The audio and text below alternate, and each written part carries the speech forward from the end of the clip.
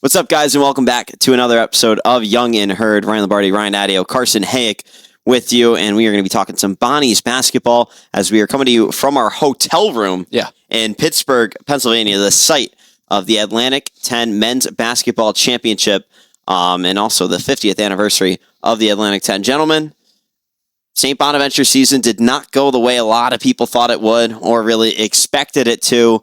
A lot of big headlines as of late. Just overall, what do you make of the St. Bonaventure playing in the opening pillow fight game tomorrow? They finished as a 13 seed. They'll be playing the 12 seed LaSalle. And just kind of what do you make of them earning that spot as, you know, one of the bottom tier key teams in the conference? Yeah, you look at a team like St. Bonaventure, typically, you know, there's a saying, you're as good as your record is, right? I think the Bonnies are better than what their record is. You look at, they're in a lot of close games, right? They typically don't win a lot of those. You know, I think they've lost 9 games this year within 5 or less points in conference play. They've also struggled with close games. They've had a few games where they've had leads late. They've kind of blown it. Just collectively, I think they're better than what their record says. I think they're a better team than LaSalle. That should be a game where if they come out, they execute, they fire on all cylinders, ready to play for their coach and Coach Schmidt. Mm-hmm. That should be a game that they take care of. If they win that game, I do believe they play George Mason, depending on a variety, a few other different factors too, depending on who else wins. No, it's set. No reseeding. No reseeding. Okay, so it'd be George Mason. In that case, that's a team that St. Bonaventure should have beat back in the Riley Center. They struggled a little bit the second time they play them. There's an opportunity here for St. Bonaventure to go on a little bit of a run if they're able to play like we saw against Rhode Island and at moments this year. Yeah, I mean, there's an opportunity for them to go on a run, but also, you know, it could very well happen that they go out in the first round as well. I mean, what, 4-14 conference schedule? Yep. First time that they're in this pillow fight, as you mentioned, in what, like 20 plus years. I mean, for maybe program history. Is it program history? Yeah. Right. So first time that they're in this pillow fight ever. I mean, yeah, they are definitely better than their record shows. They've got a lot to play for, but I wouldn't get too high on them just yet. I got to see how they come out. Yeah, we know they're playing a LaSalle team that's kind of banged up. 2 of their top scorers have not played in the last month, so they could maybe have that to their advantage. We don't know if those players will be back, so St. Bonaventure can kind of build off that, but even St. Bonaventure is pretty banged up. I mean, Amari Marshall, Ilya Yermakov were playing almost 20 minutes a game back in the non-conference season before both of them ended up getting hurt, so big losses for St. Bonaventure as well, and they've kind of been playing this 6-man, occasionally maybe 7-8 guy rotation off their bench, and it just hasn't really found the rhythm. It hasn't found that success factor for them.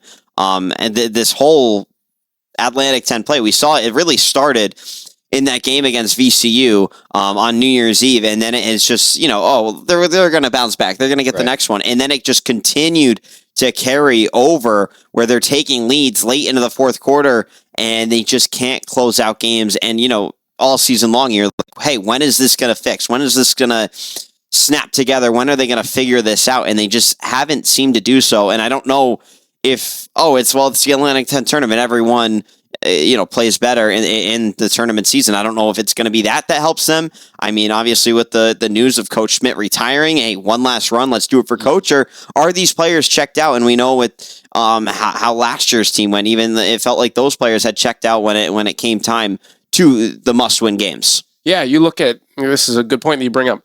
Last year, LaSalle, Coach Dunphy, he was a long time there, right? A great coach in the Atlantic-10. LaSalle, to put it frank, they had a terrible season last year, and they go in, they have a little bit of an upset in the play-in round last year, and yeah, ultimately they didn't get to where they wanted to be, but they played for Coach, and they put one heck of an effort out there. They left a tank on E. I do think with Coach Schmidt, you see a lot of the guys after the Coach Schmidt announces the retirement, a lot of guys take to their Instagram story with showing support of Coach Schmidt and showing that they're ready, and I think that's going to directly translate to them playing for their coach. They dropped the game against Davidson.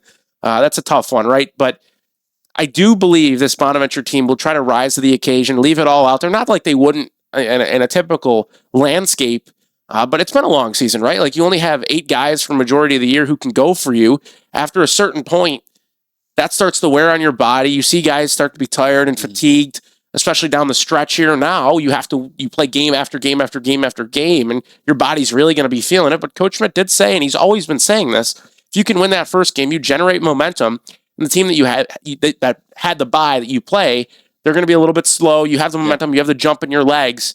It's a good opportunity for them. And if they can just win this first game against LaSalle, you really never know what can happen with that momentum. But I do believe in short term, yes, they're going to leave it all out there for Coach Schmidt. And they know the magnitude of this final last hurrah and Coach Schmidt's St. Bonaventure career. Yeah, and I mean, it doesn't help that they enter this game on a 3-game losing streak. But you're right. If they win this game against LaSalle, that's extra momentum. We talk about this in every sport. I mean, we talked about this last year with the Bonnies. If you win that first game, you build momentum. You get a team that's on a bye. Sure, they have more rest, like you mentioned, but they're kind of caught off guard. And you mentioned a couple of big injuries for the Bonnies, but I think Amari Marshall, I think that they really wanted him to be the sixth man and even a rotational starter in this team. And the fact that he got injured so early on, it really changed the game plan a lot. And then you enter the conference schedule without one of your key pieces, and then it just starts tumbling from there. But I think if you just get that momentum, you kind of, and trust me, it's no amount of injuries compared to LaSalle, but you kind of, rebound with the team that you got, everything on the line. I mean, he said, Coach Schmidt said it last year, 20 to 24-year-olds can rest when they die. So, yeah. I mean, 5 wins in 5 days is definitely one of the toughest things to do. But let's talk about the last time these teams faced. LaSalle came out 78-74. They came out on top. But a player who really didn't get going that game, he only had 4 points, was Buddy Simmons. And as of late, he's really emerged as such a scoring threat. He's averaging 17.6 points per game during the conference season, and he has been electric from beyond the arc. He's knocked down 56 three-pointers on 123 attempts, and that's 46% from beyond the arc. So I think he's going to be a real X factor. I think sometimes in the first half we can see him start a little slow and then maybe pick it up in the second half. But if Buddy Simmons can come out and shoot the lights out, another player to watch, Frank Mitchell. He shot 12 of 17 from the field last time out against LaSalle. If he can get inside and really dominate the paint with the X factor of Buddy Simmons outside the arc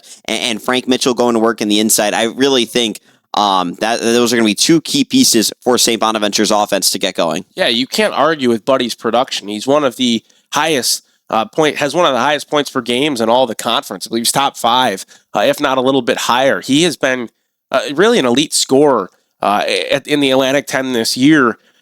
And with those guys, sometimes you do have a little bit of a roller coaster. They'll have one game where they'll drop 5, and Buddy's dropped 30 twice this year, right? Yeah. So Buddy Simmons is definitely a guy who I'd keep my eye on, especially in a game late. He's also an incredible free throw shooter. He shoots over 90% from the charity stripe. The guy is money when you need him most, especially in the second half of games, is when he really turns the dial up a little bit. So that'll be something to definitely keep an eye on. And Frank Mitchell as well. He's a guy who I don't think LaSalle really has anybody that can compete with one-on-one. Frank's one of the best rebounders in the country. Coach Schmidt, who's been coaching since the 90s, right, said he's the greatest rebounder I've ever coached. And he's had guys who've went to the NBA, Andrew Nicholson, those types of guys. He loves Frank, and Frank has put up numbers every single game this year. He's shown up ready to play, had some success last time out. I really do expect Frank Mitchell to be what the offense goes through, what it continues to go through.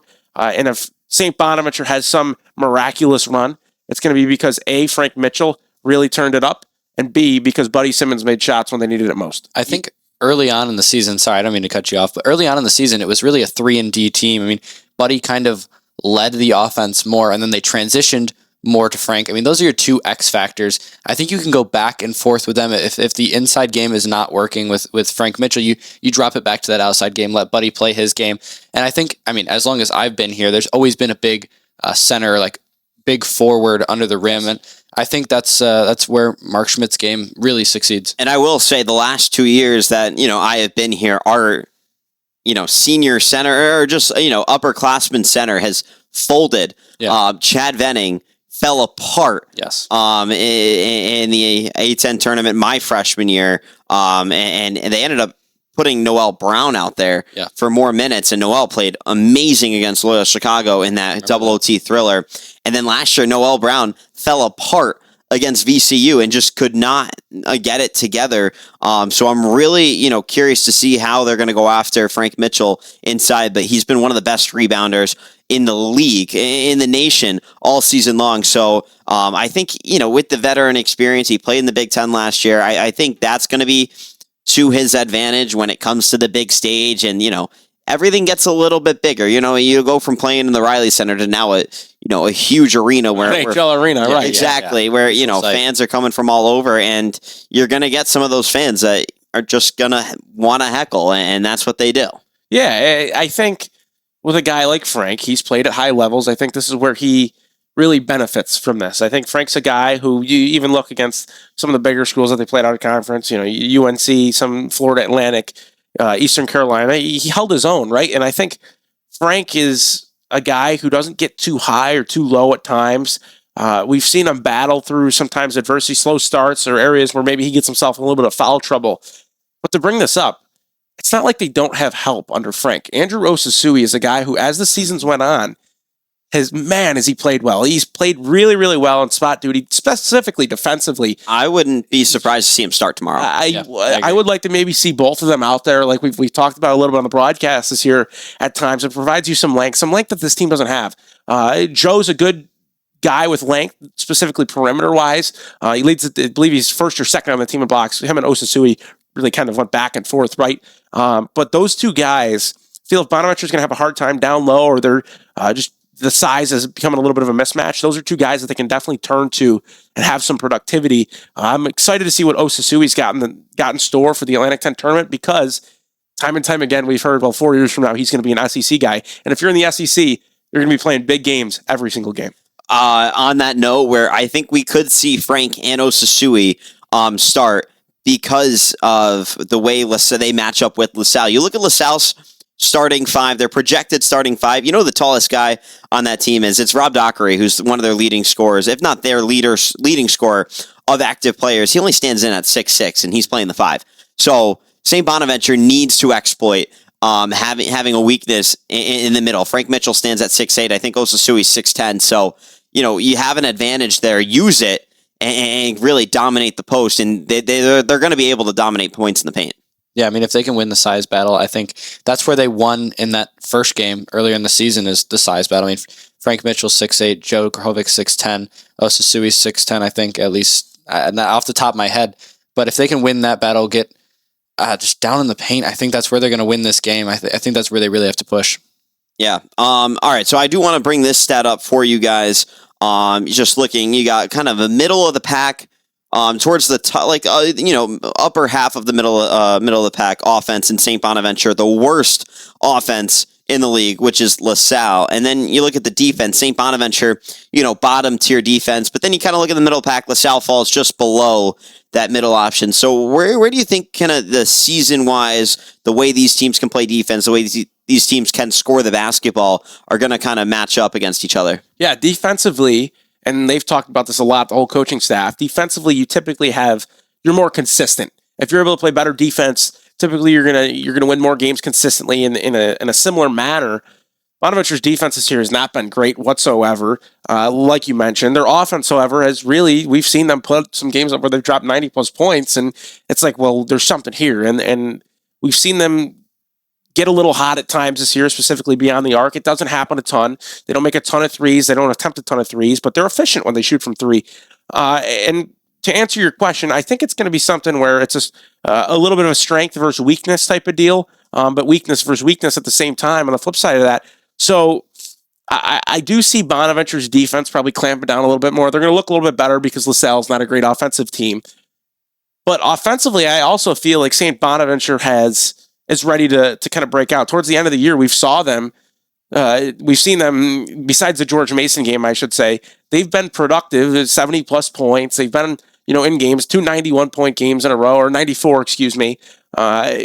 They can be explosive, and I think it's all really how they start. If they can start, set the tone a little bit, settle down with nerves and everything like that, and, it's do or die situation. If you could settle down, settle in early, make a few buckets, get back, make a play on defense, play a little bit in transition, you're going to be in really good shape. Yeah, and I think if Osasui starts, or if he plays early, or he plays a lot of minutes, that's like a defensive X factor as well. He's unbelievable on defense. I think had 8 blocks in the Duquesne game. It was insane. I think the size under the rim is going to be fine. I think their defense inside the paint is going to be all right. It's just whether they can defend from beyond the arc. I think that's where LaSalle's going to attack them the most. At least that would make the most sense for me. Yeah, I mean, St. Bonaventure, opponent 3-point percentage, they rank 13th in the league. They've given up 251 3-pointers this season, but they also have the second highest 3-point percentage shooting wise of all teams. So that's definitely something to keep tabs on. I mean, St. Bonaventure, good at shooting the 3-ball. LaSalle also right there. They're 12th in the league in allowing threes a game. So, you look at those numbers and you're like, oh, well, something's got to give. Something's got to give. We Maybe can see a shootout. lot of threes in this game. I mean, and even Caden Charles has been getting going a lot down the stretch here for St. Bonaventure. I think he's got 2 double-doubles in his last 3 games. So just his ability to rebound the ball and shoot the 3-ball, kind of being that like combo guard, really good stuff out of him. Yeah, Caden's a guy who just wants it more than the opponent, it seems. There's a loose ball, he's going to get onto it. I remember, I don't know, his first month of the year, Coach Schmidt touched on it. He's like, if it's a fumble, like in football, Caden Charles is going to somehow end up on the ball and recover that for you. And that really stood out to me. He's a guy who gets fouls his own shots at times, gets rebounds. He's not a very tall guy, I think 6'3", but he just has it. And I don't know what that is, but that it factor is just, he's gritty. He just gets the job done. It doesn't matter how or in what way. He's going to find him. He might not drop 25 points, but he's going to make an impact for you, and he's going to make your team better. And it's really just a great story of coming to him from Division II ranks, where he played in some NCAA Final Fours at the Division II level. So those are big moments. That's pedigree. That's postseason success. How is that going to translate at the Division I level? Who's going to help him have some success? Who's going to pass him the ball? How is he going to play defensively? Those are all questions that are still to be answered. Caden Charles, I think he's another guy who can really, really have his mark on the game, even if he's not dropping 20, 25 points. Yeah, I mean, a D2 guy who got his shot at D1. I mean, he's going to put it all on the line. Yes. He's got nothing to lose. That senior too. Yeah, absolutely. And I think he's one of those underrated guys where if he has a great game, it's going to show, and the rest of the team will follow. Yeah, I love that. Let's take a step back and kind of look at the big picture of the A10 tournament this year. Obviously, pillow fight is tomorrow. LaSalle and St. Bonaventure will tip off. That's the first game. But then you also got Richmond and Loyola Chicago. Richmond the 11, the Ramblers the 14, and then getting that first round bye, George Washington and Fordham will tip off on Thursday. That's at 11:30. George Mason awaits the winner of LaSalle and St. Bonaventure. And George Mason, a team, really hot at the beginning of A10 play, and has kind of fallen back a little bit. They were almost a lock to get one of those double buys and have fallen back all the way to the 5 seed. So, I think LaSalle and St. Bonaventure, 2 teams that could be, licking their chops to get a shot at George Mason and not have to. It was, St. Joe's, Dayton, and George Mason fighting for that 5 seed. So the fact that, George Mason was probably the team that somebody wanted to play other than the other 2 teams. Also, in the Thursday round of games, Rhode Island, the 10 seed, taking on Duquesne, the 7, and then Davidson will await the winner of Richmond and Loyola Chicago on Thursday night, 7:30. And then the top 4 teams getting the double by St. Louis, VCU, St. Joe's, Dayton in that order. And they will all tip off on Friday, where they'll have to win 3 straight games for a shot at an automatic NCAA tournament bid. Yeah, I would say right now, a team that I'm really focused on is GW. That's a team, a lot of expectations for them. They had a great finish to the end of last year. They were really competitive, and they didn't really meet those expectations. They dealt through a lot of injuries. They've arguably one of the best players in the conference, and Castro, he's one heck of a ball player. Trey Autry he's incredible as well. Like Coach Caputo does a great job over there. That's a team who I think could really, really give some teams some issues. That's probably my under the radar team at the moment. And then obviously you have St. Louis, who's on an absolute terror. They've kind of fallen off a little bit towards the end of the year. And you also look at a team like VCU. They're always going to be at the very top of the conference. They're legit. Maybe a little bit of a down year for them, considering their expectation for what they've built from year to year. Yeah, I mean, and they're still in contention. I mean, yes. I think Friday for them is a must win. They're right on the bubble. Right now, I think they have them in as a first 4 out. So VCU, it's a must-win game for them on Friday for just a shot to keep their hopes alive at the NCAA tournament bid. like they have gotten last year. Yeah. That's right. That's spot on. And you also look at a team like St. Joe's. They're a team that they've been in the contention. Coach Donahue's arguably, you can make a case that he could be coach of the year for the Atlantic-10, right?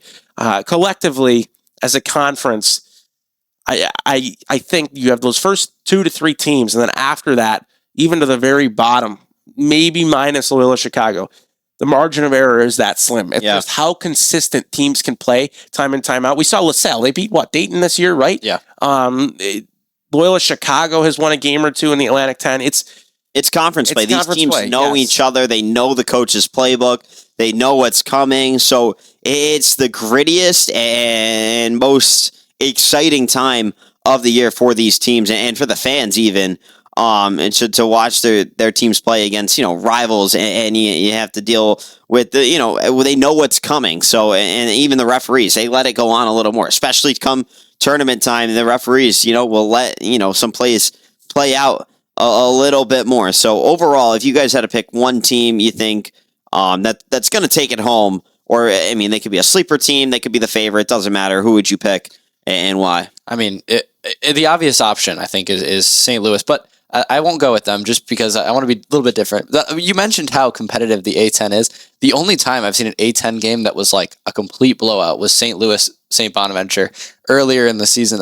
That game just felt like St. Louis played a different game. They were just on a different world. It was unbelievable. I won't go with them. I'll trail St. Joe's. I think they've got a really good squad. You mentioned it. Great coach, great players. I don't really have a complete reason, but I think that they're kind of underrated in their seating at least. I'm gonna choose St. Louis. I think this is a team. Yeah. You look at Robbie Avila, who's a guy who's worked under Coach Schertz since the very beginning, since dating back, right? The Indiana State days. Exactly, and they have secondary guys that can score. McCautry. You look at a guy, I'm forgetting Sharma, right? He is just like Trey Green. I think Trey is shooting Green can he might be the best 3-point shooter in the conference by statistical numbers. So it's insane. It's Josh Schertz is just one hell of a coach. Like if that guy wants to move up, he more than likely would. And teams are like calling in, they're checking in on him. And right now he's like, I'm sticking with my guys at St. Louis, exactly. But their experience too. Like they were a little disappointing last year. I think they're going to use that as motivation. And they didn't have probably the best final 5 to 7 games of their conference play, but to me, it's theirs to lose. Yeah, I'm on the same train. I think it's St. Louis all the way. And also, I think if they're a first round exit, I don't know if they are a lock. Probably not to get an at large. So I think right now the conference in a weird spot. I think if they make it to at least Saturday, they still have a shot. As well as VCU. But if it's Rhode Island, if VCU gets eliminated on Saturday and St. Louis loses to like Rhode Island, for example, we could have a 3-bid A10 conference. Yeah. Unlikely, but could happen. Yeah. St. Louis just feels like the easy pick. I didn't want to. Yeah. That would be my first choice, but I guess if I had to have a second, it'd be St. Joe's. St. Joe's also, I think, is a sneaky team. We've talked about them off air. But I think we're a St. Louis couch here. I don't know what you call us. Yeah. I saw what they could do on the road. Yeah, they're just a different team. In a packed house. Like I haven't seen an A10 team play like this since I've been here, at least. So. All right, boys. So if we can get, I don't know, maybe a prediction for tomorrow. Do we want to even put that out there in the universe? I'll go Bonaventure 80-72. Oof. I think it's going to be a lot closer. And it's going to be a lot closer than I think people think. I don't know if people don't think it's going to be close, but free throws get that 8-point difference. Yeah, my prediction. That's actually like some of those points just come in garbage time when it just doesn't matter. But you mentioned the 3-point shooting. I think that's going to be a big deal. I probably would go high scoring ish, maybe like 83-78, somewhere along those lines. I know that's pretty similar. Yeah, I'm also in the 80s. I'm going 87-82, St. Bonaventure on top.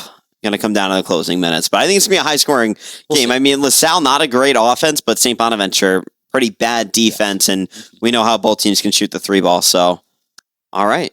Well, this is going to do it for our first episode. Hopefully, we will do more. I think it's we're here tomorrow. It's podcasts until we lose. But we appreciate you guys tuning in on Afterthought Sports, WSB The Buzz as well as Tap Integrator Olean, as we are here from Pittsburgh. We will be at the game tomorrow. Stay tuned for more coverage across social media. And we appreciate you guys tuning in to Young and Heard. We'll talk to you guys hopefully tomorrow. Hopefully.